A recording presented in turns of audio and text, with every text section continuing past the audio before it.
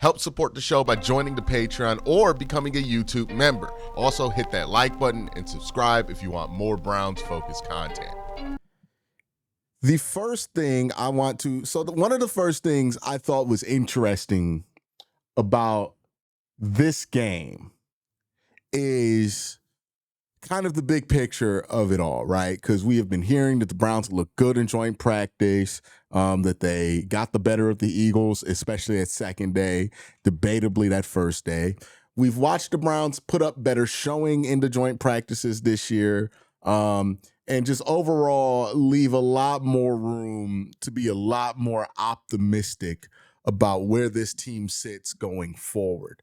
And today was a continuation of that, right? You saw positive things along the defensive line. You saw positive things from the offense. So it's nice to see this be a continuation of what we felt like was already some real positive movement for this football team over the last couple of weeks. At quarterback specifically, we're going to talk about Dillon and how he played. I thought he looked good. And I think it's very encouraging in my mind that both quarterbacks, both rookie quarterbacks at least, have gone out there in the preseason and they've looked prepared. They've looked ready to play. They look like they're not overwhelmed by the moment. And that was one of my biggest criticisms of Kevin, right? Was that, hey, it feels like when these guys go out there, for whatever reason, it feels like these guys are being put in moments that they're not necessarily prepared for, specifically at the quarterback position. And when that happens enough, you have to start asking questions about if that's on the coaching staff, right? The Browns brought in a quarterback coach, Bill Musgrave. They changed out offensive coordinators. Tommy Reese is now the offensive coordinator. And obviously Kevin Stefanski has taken back more control of the offense than he did when Ken Dorsey was here. It looks like all of those moves are paying off. The quarterbacks look much more prepared when they're out there, right? And it might just be because they're just better players than what the Browns had out there. It might be also not only are they better players, but they are better prepared to play than the guys who were out there last year. All that being said, the fact that Dillon can go out there, look pretty solid, right after Shedeur went out there and looked good, I think is a positive sign for the team overall. Because we don't know if the answer for quarterbacks on this roster. More than likely, if you're looking at trends, right, and where quarterback, what picks turn into quarterbacks usually, the odds are that we don't have a quarterback on this roster that's going to be the long-term answer. The hope is that one of these guys defies those odds and becomes a starter. But right now, the odds aren't in your favor. And the odds are saying you're probably going to have to draft the quarterback next year. So if you're in that position, you want to feel good about your team's ability to develop that quarterback. And I feel better today than I did a month ago about the Cleveland Browns' ability to develop a quarterback, given that we've seen positive stuff all camp from Shedeur Sanders. Dillon Gabriel, who seemed to hit a wall for a little while, has seemingly bounced back from that wall. He had some really nice throws in this game. So overall, at the quarterback position, I think it's a really good thing that both these guys were able to get out there and look good in front of the competition that they were playing. I don't know how much more it says about both those guys individually. Other than that, given that it's the preseason, you can't take away more, right? You can't give away MVPs and starting jobs because of 1 week in the preseason, but it's encouraging, right? Then that continues with the entire rookie class, right? It's been an encouraging training camp for almost every pick that the Browns have had, outside of the one guy who hasn't been able to be in camp in Quincy Junkins. So overall, that's a really good thing. If we want to talk specifically about Dillon Gabriel, first thing you got to address is the 2 turnovers, right? Not ideal.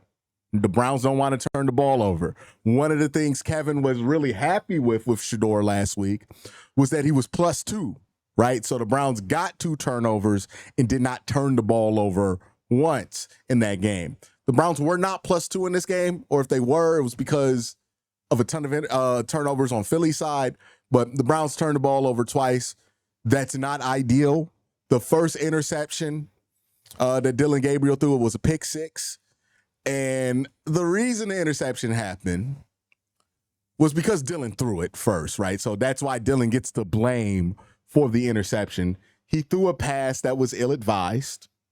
But on top of throwing a pass that was ill-advised, he also, so he threw an ill-advised pass. But on top of that, Diontae Johnson, who I think has really done a lot to cut himself, he ran one of the worst routes on the play-action concept I've ever seen, where he's supposed to be taking the middle, intermediate part of the field. Cedric Tillman is supposed to be drawing his man away deep, so he runs like a little, it looks like a deep over, but then he snakes it to a 9. And then the tight end slides out to run a little flat route. Deontay's supposed to have like 10 yards of depth. He's right on top of the flat route. It's a horrific route that runs his man right into coverage. And that's who ends up getting the pick six. So again, Dillon gets the blame because he threw the interception. Absolutely gets the blame because he threw the interception. On top of that, it was a horrific play for Diontae Johnson, and Diontae Johnson helped cause that interception. Dillon's got to throw that ball away. Now, last week, I gave some grace for Shedeur, given that he was probably rusty, dealing with shoulder soreness. I'm going to give grace to Dillon this week for being rusty, right? Same rust that Shedeur was dealing with. And also dealing with a hamstring injury that probably limited him in some capacity. The fumbled snap, I got to look at the tape on that. I don't know what happened there. It looked like Dillon couldn't reach Pierre Strong, and for whatever reason, Pierre Strong was out wide on that. I don't know what happened there. I got to watch the tape on that one to really know. Either way, wasn't a good look on Dillon either. So those two plays, I think if he did not have those two plays, his grade would be much higher for today.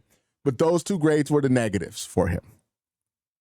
What I thought was really positive from Dillon is, one, he showcased his arm strength, right? He has a pretty good arm. He puts a good spin on that football. He threw a couple of lasers over the middle of the field that I thought were very impressive. He looked very sharp throwing the ball. He was able to get the ball everywhere he needed to. He certainly has the arm strength to get the ball where he needs to, and he has drive on that football. I would say, if you're asking me, the number one thing I was most impressed with Dillon is his arm looks a lot more live than I gave it credit for in pre-draft. He has a very live arm, and he was able to use it. He was aggressive. He was aggressive in the intermediate part of the field, which I thought was impressive. I thought his best work were in the and long situations. So second and long, first and long, third and long. I thought he dealt out of those and long situations really, really well. Was able to get the Browns out of a handful of holes in and long situations, which is very positive. It's hard to compare and like give it a one-to-one comp because it's not a one-to-one situation with him and Shedeur. I thought Shedeur was a better playmaker than Dillon, but I thought Dillon executed the offense really well today, especially within the rhythm of it, getting the ball out on time, getting the ball to certain spots on the field, making sure he's going through the progressions correctly, having his eyes on the right side of the field. All that stuff I thought Dillon did really well with. So I thought it was a pretty strong game from him.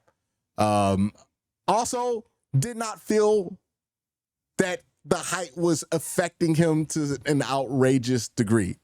Now, the one area, and this is kind of funny, that I think height really affected him was, I think because Pierre Strong cut out wide a little bit on that run, that's why he couldn't reach him. And it's part of why that fumble happened. So maybe he was too short to hand the ball off, which certainly is its own problem. But I would say overall, it was a pretty solid day from Dillon. And look, there were points in this game, like before he threw that interception, on that drive, he was absolutely dealing. So had some really nice throws. Really threw a full repertoire today too. So I was pretty impressed with what I saw from Dillon. Was I more impressed with what I saw from Dillon than what I saw from Shedeur? I would say I was slightly more impressed with Shedeur because I like the playmaking ability, the accuracy that he did. And Shedeur was able to finish these drives in the end zone, throw touchdown passes. Dillon did not do that, right? It's not like he missed them. He just didn't really get the opportunity, but Shedeur did finish these drives with touchdowns. So there was that. So I was still more impressed with Shedeur than I was with Dillon, but Dillon was right up there. And I think the thing that Dillon Gabriel did today was he demonstrated that there are valid reasons for why the Browns drafted him where they drafted him. I think it's funny too, because if Dillon did not get drafted in the same draft class as Shedeur, and if I think we would have similar reactions to how we had for Shedeur for what we saw with Dillon today. But because Shedeur is here, it's like this whole tug and pull thing where people are going to argue back and forth about which one looked better. I think the good news is that both look good, right? If you're a Browns team desperate for quarterback play, you want as many of the quarterbacks on your roster look good as possible. And I think that's the good news if you're a Browns fan, that both these guys look solid. So there is that. I thought Dillon had himself a pretty strong day. If I were Dillon Gabriel, there's obviously stuff you want to clean up, obviously stuff you want to get better. I mean, the same thing was true of Shedeur Sanders last week. Obviously, you don't want to pull the trigger when you think something's going wrong on a play-action play and it results in a pick six. He knows he made a mistake there. The good news is that it's the preseason. And, yeah, the Browns won today, so it didn't cost you the game. But also, even if it did, it's not that big of a deal. That's what the preseason is for. That's what practice is for. But I thought really strong showing from Dillon Gabriel and somebody who, his spot on the depth chart, his spot on the roster, it feels deserved now. Before then, there was a lot of concern that he was just being propped up or, just being put there because he was drafted there. I think you saw some of what the coaching staff sees in him, some of what, the scouting staff saw in him to justify why he went where he went.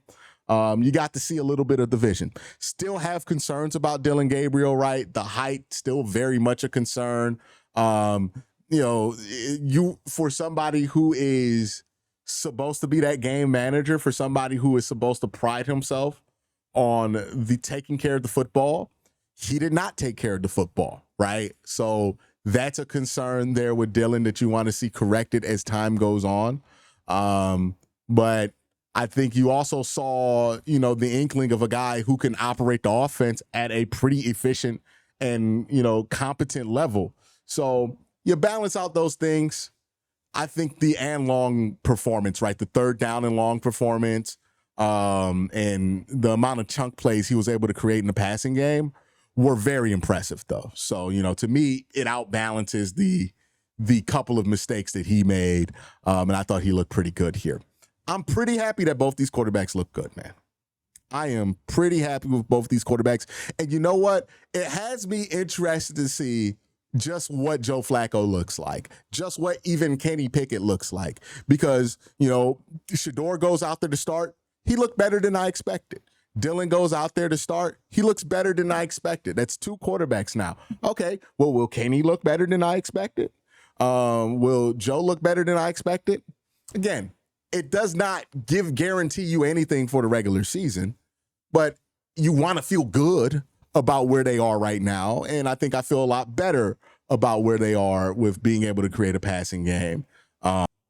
Another thing I want to mention with Dillon is I know a lot of people are going to bring up that he turned the ball over twice. I talked about it earlier in the video, but what I did appreciate that we got the opportunity to see, and, who knows, maybe we'll get to see Sanders do the same thing, which, again, if he does, it would be encouraging as well.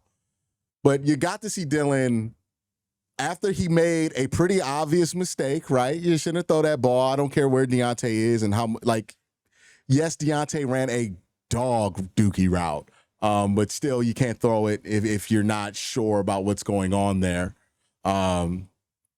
So that happened for sure. But how do you bounce back from it, right? I say it all the time. You're going to make mistakes when you're out there. Football players are going to mess up every once in a while. If you're a quarterback, you're going to throw an interception. And very likely, if you're a quarterback, you're going to throw a pick six at least once in your life, right? Nobody has never done it. Tom Brady has thrown a ton of pick sixes. So, how do you bounce back from that mistake, right? That was one of the things with DTR that drove me crazy, was DTR would have these spurts where he's fine, and then he makes a mistake, and then it all just crumbles. What I appreciated that Dillon did, right? He threw that pick six, but the next drive, he led a scoring drive, right? He drove down the field pretty effectively, made some plays, put the ball in playmakers' hands, threw the ball, was pretty good there, and led to a scoring drive. And I appreciate that, right? Being able to bounce back, Would I have rather not had to find out because you didn't throw the interception? Of course. But given that did happen, it was an opportunity to see, okay, how does this dude bounce back? And I thought it was a fairly impressive bounce back from him. That being said, you don't want him to turn the ball over twice the next time he's out there, obviously.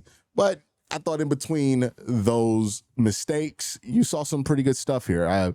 I've heard people try to write off what Dillon did as dink and dunk. I think what Dillon did was much less dink and dunk than what Shedeur did. And that's not to say that it's more impressive than what Shedeur did, but I think Dillon had a higher yards per attempt than Shedeur. And if you're just looking at the passes that Dillon completed, they weren't really dink and dunk. There are a couple of stick routes and everything else, like curls on stick, that he threw, but he threw them on time and got the yards he needed to get, which those opportunities were there for Sanders when he played. And that was one of the main critiques that were coming out of the film breakdowns from Sanders. If you listen to JT O'Sullivan's really big into how somebody processes, where he felt like Shedeur just didn't take the obvious answer enough for his liking.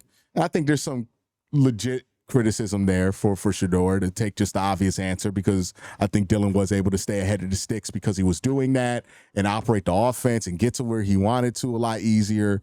And you want to see Shedeur be able to do the same exact thing. I think that kind of stuff there was really good from DTR. And he was attacking downfield. He made some big throws, threw some outs, had some nice zip on it, right? Good giddy up on that ball. I would walk away from this being fairly enthused with what you're seeing out of Dillon Gabriel. I would walk away from last week feeling fairly enthused about Shedeur. Hopefully we can live in this crazy world where the Browns might be right about two quarterbacks. Maybe that's where we're heading, right? But both these guys, right, Shedeur and Dillon Gabriel, when they were out there, both looked like they belonged. And I think that's what you wanted to see from them. Dillon looked like he belongs out there. He's an NFL guy. Shedeur looks like he belongs out there. He's an NFL guy. And if you really want to know just how different that is from what's been here in the past, when you watch the fourth quarter of this game, you were seeing Dorian Thompson-Robinson and Tyler Huntley go up against each other. And it's wow. These guys have been in the league for a couple of years. Both these guys have been backup quarterbacks in the NFL, right? Have won backup jobs in the NFL. Tyler Huntley has played in playoff games. And you watch Dillon and you watch Shedeur play, and it's they look better than those guys. Now, it's the preseason again. I don't want to make it out to be something it's not, but that's a really good sign that you say to yourself, Shedeur looks better than that. Than a career backup, right? And you see Dillon, you're there's a clear difference between Dillon and Dorian Thompson-Robinson or Tyler Huntley. That's what you want to see.